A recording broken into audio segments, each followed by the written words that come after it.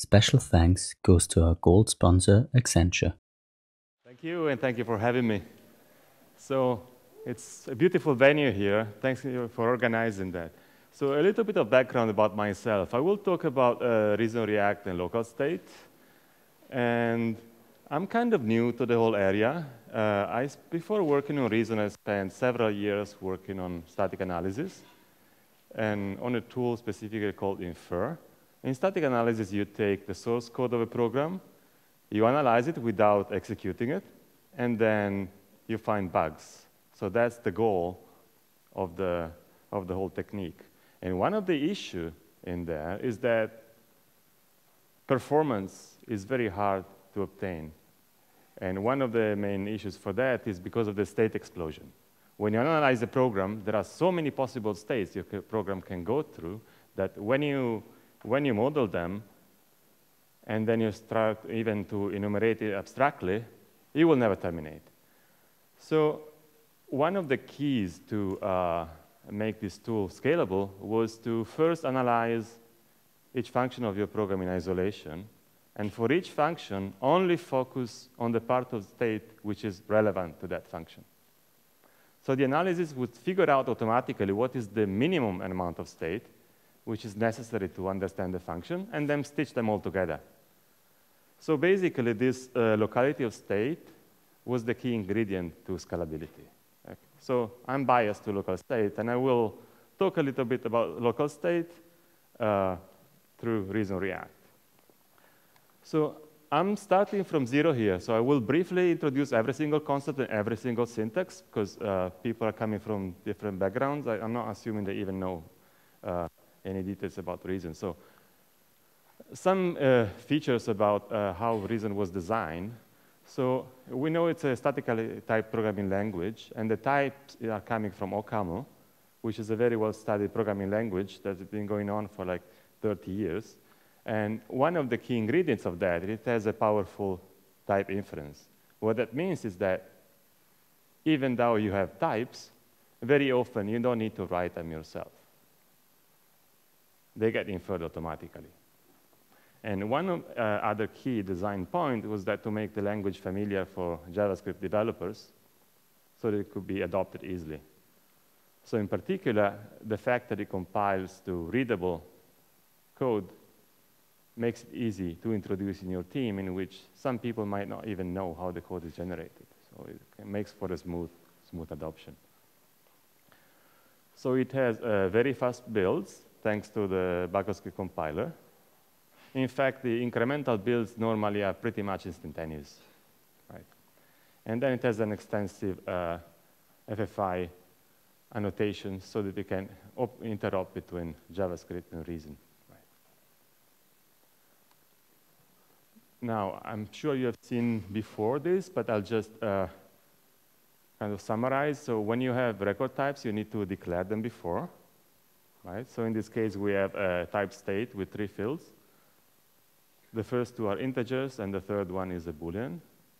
And then how do you create objects of that type? So initial is just how you generate a new object, which is the first to counter as 0 and toggle as false. And how do you update values? Just by using the familiar spread syntax. So in that case, everything stays the same except for the toggle value that becomes true. Okay. So going very briefly through functions. So you can have arguments which are unnamed, such that in the plus function. And if you look above the plus function here, there is the code lens activated for the editor. So you can see that even though I haven't written any type annotation, the type gets inferred automatically. Specifically because plus operates on integer, the compiler infers that x and y must be integers, and so the plus function must be something that takes 2 integers and returns an integer. So still a little bit about annotation. You can also have labeled arguments. So when you have this full with labels with this tilde notation, you say that the first argument is named, is called text, and the second argument is not named, is called v. And by saying that x equals number, you're saying that it is an optional argument, and the default value is number. So how do you call it? So you can either just call it with one parameter. So since the first argument is optional, it means that it only takes the second one, which is 10, and prints number is 10. Or you can specify what the optional parameter is, again using the tilde notation. Tilde text equals val, so it prints val is 10. Okay? I'm just introducing a bit of syntax because I will need it later for the example. So now, a brief introduction to ReasonReact, what it is and how it was designed. So ReasonReact lets you wrap React components for use by Reason. And one of the crucial design decisions was to make it type safe. And it was not a very easy job to do that. And another decision was to make the side effects explicit. Now, with the advent of React 16, and especially the async mode, what can happen is that your lifecycle methods, some of them could be interrupted or even executed more than once. So what happens if you have side effects in those lifecycle methods? Then you can have unexpected results. So one of the explicit designs in the API was to make side effects explicit, so that the API indicates where it is safe to execute side effects. It doesn't check it for you, but at least it makes it explicit where they should go and where they shouldn't. And then there is work, again, for interop with normal React components. So you can use a JavaScript component from Reason and a Reason component from JavaScript. And what this allows you to do is to have some incremental adoption in which your team just chooses a couple of components in an existing code base and then only convert those and have the rest of the system work. So I was mentioning that one of the features was that ReasonReact is type safe. Let me expand a little bit on what that means. So one of the properties, it means that stateful components, the state is always initialized. So anytime you try to access the state, it's not undefined. Then not only it is initialized, but it is initialized with the right type. So when you operate on it, you don't get type errors. Next, you have no direct way to access state. So what that means is that it becomes kind of more difficult to accidentally modify the state where you're not supposed to. So the lifecycle methods, they give you the state when you're able to see it. They don't give you when you're not. And so in particular, you get the property that the state updates maintain type. And also, if when a component is unmounted and replaced by another one, the types are preserved. And how did we do to ensure that the design was type safe? We actually implemented a small reconciler for React entirely in Reason without bypassing anything in the type system and using the same ReasonReact API. So what that means is that the type system itself guarantees the type safety of everything when you put it in isolation. And it was not just an exercise. It was that was found quite a few issues that we had in the beginning. Like one of my first contributions was to trying to add parametric components, and I got it wrong. So I basically made the system unsound. So this was a good exercise. So what does a component look like? So there are two parts. There is a component declaration and then a make function. So the component declaration specifies which kind of component it is. For example, if it's a stateless component or a component with state. And you can think of it as also defining the identity of the component. And instead, the make function is what is used to create instances of your component. It takes props as named arguments. And then you normally proceed with the spread of the component and adding a few less methods, such as did count, did mount, and render. So this is the simplest component you can write. So it's a stately component, which just shows a name, a button with a name. It takes a prop, which is the name to show, and then just renders a button. Notice that this uses the JSX syntax, so you can use the DOM JSX if starting with a small letter like button. Or for your user-defined components, they start with a capital letter. So that's the reason why the component needs to be defined inside the module. So here we define the module name button, and then we can use it below with a JSX. Okay, so I'm going to talk about local state, but before talking about local state, let's see what global state is. DOM is a perfect example of global state. You have this huge tree, you have elements, anybody can look at any element, anybody can modify any element. So it gives you maximal freedom and minimal control. And so the reason that it's so hard to program is also the reason why frameworks like React were introduced. Now, let's look at what a global state looks like in ReasonReact. So you can do global state in ReasonReact if you want to. So I'm going to use the type state that I had from before. So we're going to have a simple example in which we have two counters that can be incremented and decremented, and a toggle. And we will keep the state of everything in a single place. So I define my module for global state, and everything will be controlled out of that. So next, I'm going to define some components for counters. So I have the component for counter 1. So this component takes a couple of props. It knows what the current state is, and it knows how to update the global state. Right. So in this case, they're passed down as props, but it could be even a library, it could be a state management library. In any case, you have access to the state, and you have access to a way to update it. So what this is going to do is going to show a couple of buttons, and it's going to show what the current value of the counter is. So notice when I want to specify the update, I will access one specific field. In this case, I access field count1. Okay?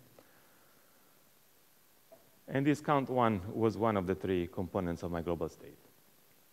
So I do this for the first counter, and then I do the same thing for the second counter, and I do the same thing for my toggle.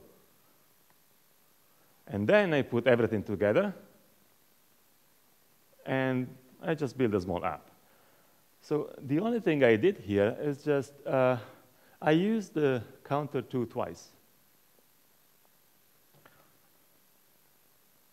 And then I try and play with the app and see what happens.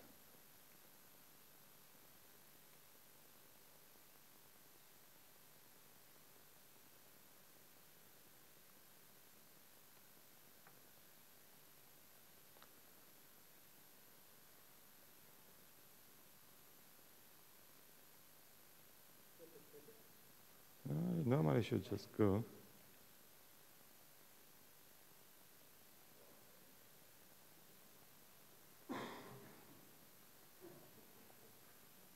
Yeah.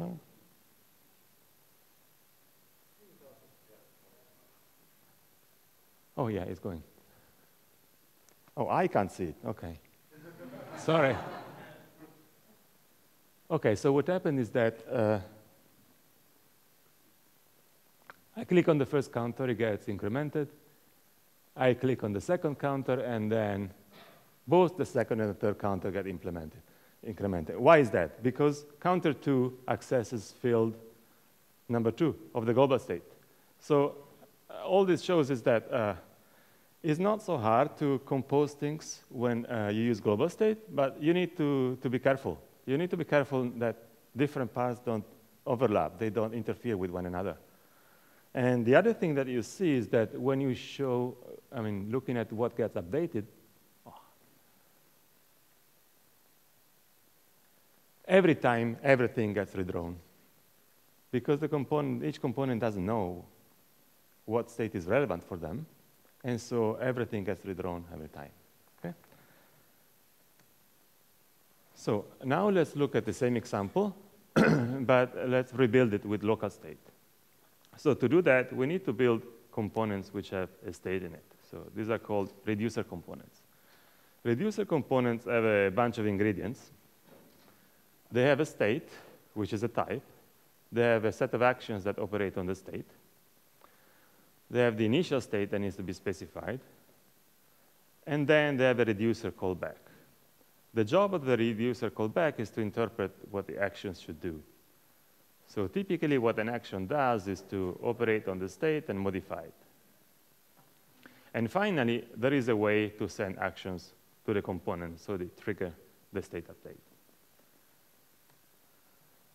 So I'm going to build a local counter component. So this state is just an integer, which remembers how many times I've clicked. And there are only two actions, increment and decrement. So you can think of this type declaration as enums. So there are two cases. And then I can use that when I define the reducer function. So the initial state is 0, and then when I do the reducer, I can do pattern matching on these actions. So one of the features of pattern matching is that the compiler checks that it is exhaustive. So if later you add the third action, and it reminds you that there is a case you didn't handle. And also, it warns you if there are overlapping cases so that you don't miss functionality. So in this case, in the case of increment, it updates the state to state +1, and decrement updates the state to state -1. And that's all it does. And so finally, we draw two buttons like before, and the only thing that changes is the onClick function. Now, when there is the button gets clicked, all what I need to do is to send the increment action or the decrement action, depending on what you have clicked. And that's it, right? So now, when I build the same example as before, first of all, there are 3 instances of the same component. I don't have a counter 1, counter 2. I just have 3 instances of local counter. And then an instance of local toggle. So now, I just click off the first counter, it gets incremented. The second one, it gets incremented. And the third stays unchanged. Just because each counter has its own state and they don't interfere with one another. Excuse me. In addition, when I click on an element, only that element gets redrawn. Because what happens is that the action gets sent by the component to itself, and so nothing else is involved. So what the simple examples show is that when you operate with global state, it is possible to compose them. And the only thing is that you need to be a little bit careful. And by default, it could be less performance. You need to either have a way to subscribe just to the state change that you care about, or define your own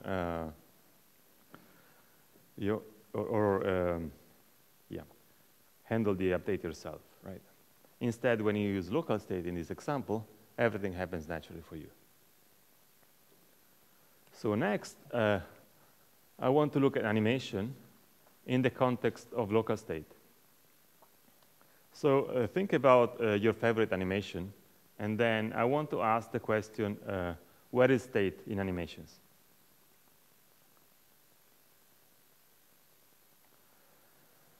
So state in animation, think about what happens between the animation starts and the animation stops.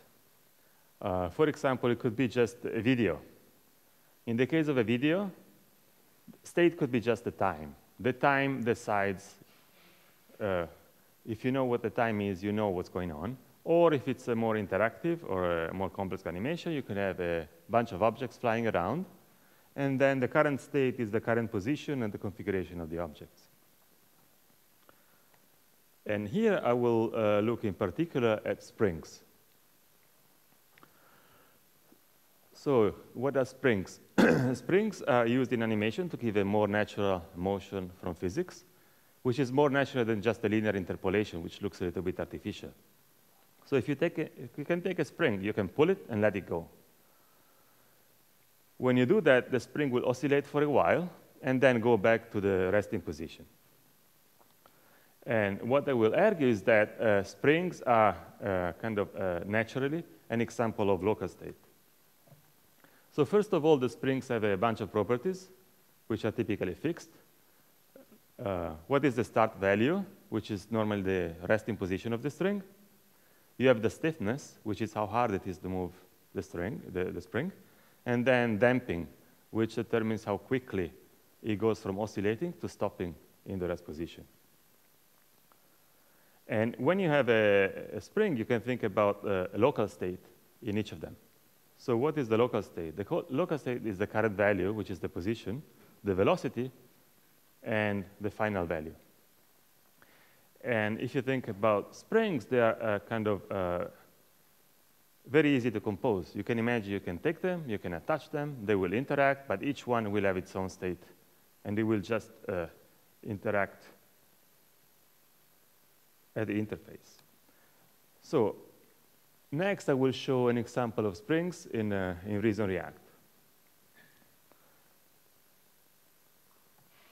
So what we will have is we will have a button which toggles between 0 and 1. And when you press the button, the value will oscillate between 0 and 1. So you could also press it halfway through, and then it will go to the correct destination. So the component will have a state which has three things. One is the animation object, which is just a tiny library. One is the current value, which is the number between 0 and 1. And one is the target value. And what's going to happen is that there will be only two actions, the click, which all it does, it changes the target, and then the value action. So what happens is that every time the animation object internally changes value, it will trigger one action, which then changes the current state of the component. And that's it, right? So how do we do that? So we abstract a little bit from a render value function. So the render value function will decide how to show the value. In this case, it will just show a number. And then the initial state just creates the animation object, the initial value, and the target value. So in this case, the target value is different from the initial value just because we're going to do an animation on mount. So next, when the component is mounted, we will set up the property of the animation. All what we need to do with this library is to specify what happens when the internal value of the spring changes. Every time it changes, we're going to specify that what we do is to send the value action to the component, right? And that's it. And in this case, we also set the final value so that the animation starts when the component is mounted. And just to show a little bit of the subscription API, which has changed recently, what you can do here is that specify how to clean up the subscription at the end. So in this case, what we want to do is that if the component gets unmounted at any given time, we stop the animation. Because if we didn't do that, then there will be actions that keep on being sent to the component while it's been unmounted, which is a leak.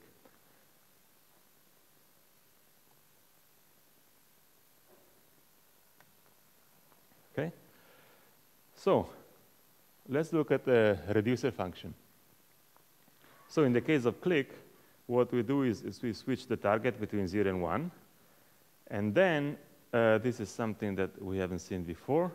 We do an update with side effects. So what is safe to do in a reducer is to change the state, but not perform the side effects immediately. So what side effect lets you do is to separate the state update from what needs to happen afterwards. So in this case, the side effect is to set the final value of the animation object to the new target. So what's going to happen here is that every time we click, we schedule a state update, which will happen at some point in the future. And after that happens, the animation will be moving to the new value. Okay?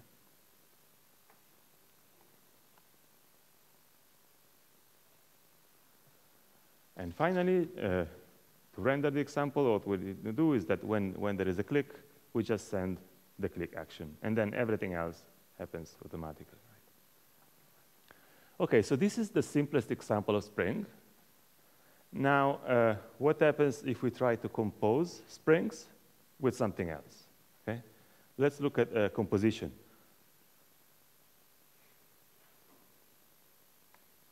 What we're going to have is that we're going to have a simple text input. I'm not going to show it. The internal state is just a string, and we will turn it into an animated text input.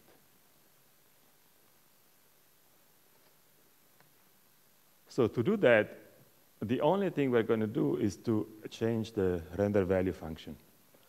Excuse me. So before, the render value was just showing the current number. So now, instead of showing a number, we will show the text input. But we will use the number to animate the text which is shown. So we will shrink the text so that if the value is 0, we don't show anything. If the value is 1, we show the entire text.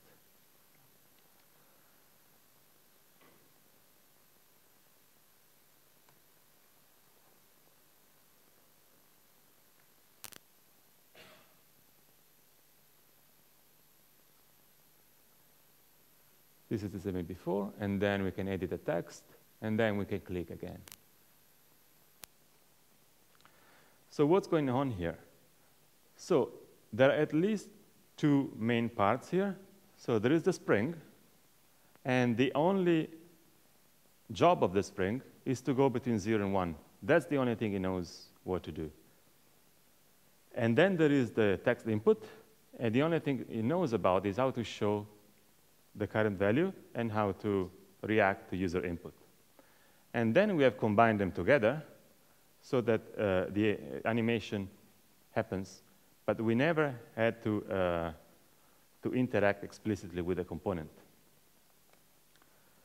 So if you look at how we put them together, there is no mention of state here whatsoever. The only way in which we compose them is by passing the render value function. So what we have is that a composition of state and interaction without interference.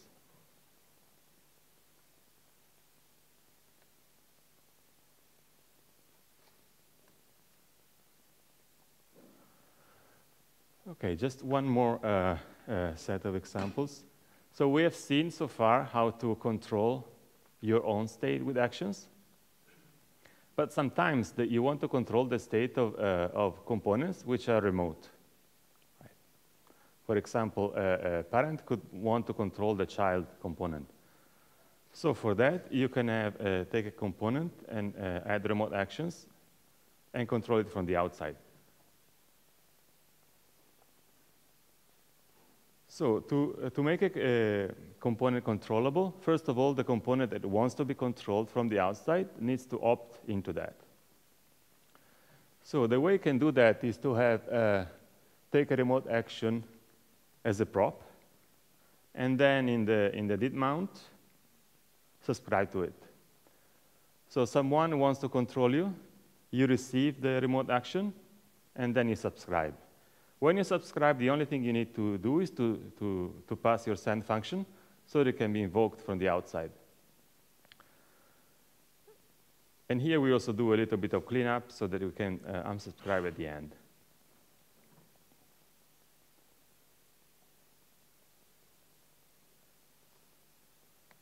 So now we're going to modify the example from before just by making the animated text input controllable remotely. So here, the only thing that I've changed is that I've passed one extra prop from the outside, which is the remote action.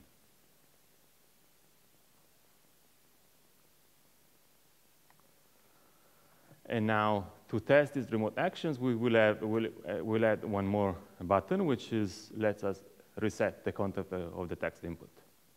So here, I'm the controller of everything, and then I can remotely reset the value. Right? So we will have the example like before, plus there is a reset text button.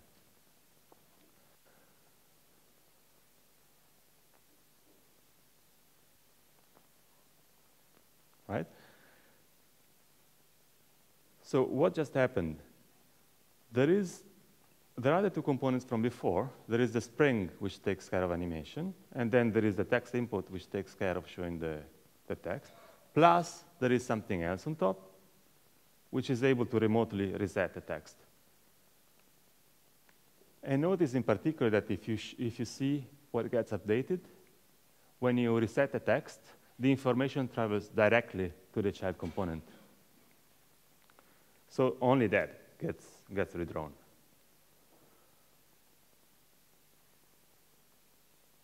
So next, I would like to take these examples, make them a little bit more interesting, and show what you can do in a demo. OK, so a few examples now. So here is an image gallery. So what you have is that underneath there is a spring. When the value is 0, you show the first image.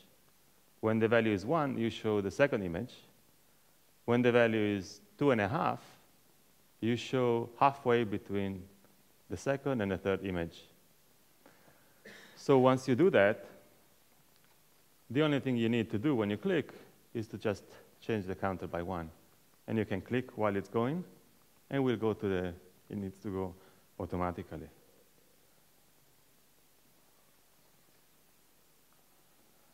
So another typical example is chat heads. So in this case, each chat head has its own animation. It doesn't know about the others. What the first one knows is that every time I move the mouse, it gets an action which says, go there. The other thing it knows is that every time it changes its value, it needs to send an action remotely to the next one, saying, go where I am now. And so the others follow. Now, to illustrate composition, once I set up components that each one has its own control, I can do the same. Right? It doesn't matter at that point. They still react, right?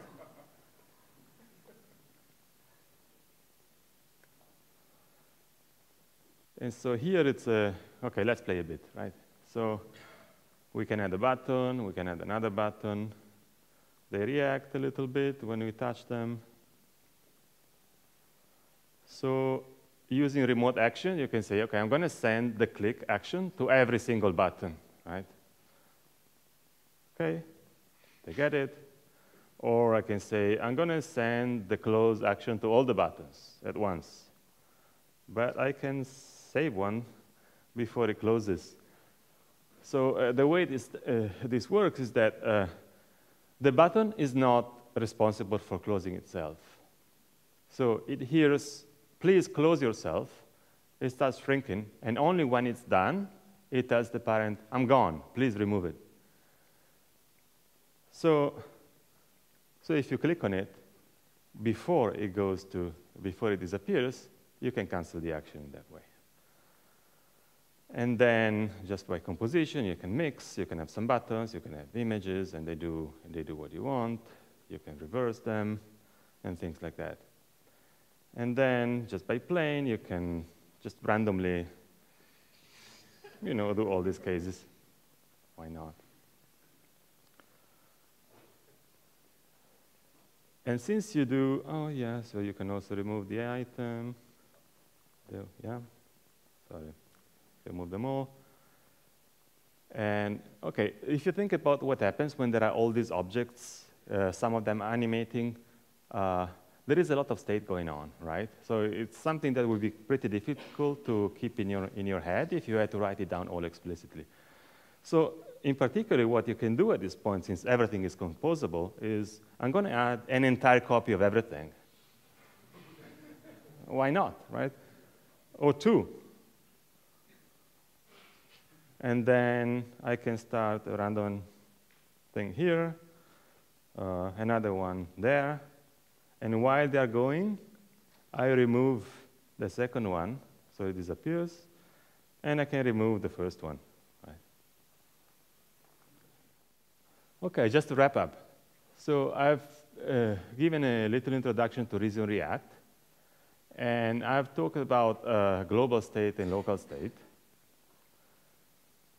And we have seen how local state has this distinct property that it makes it not just possible to compose, but I'm going to argue that it's going to make it easier to understand what happens when you compose components. And that's it. Thank you.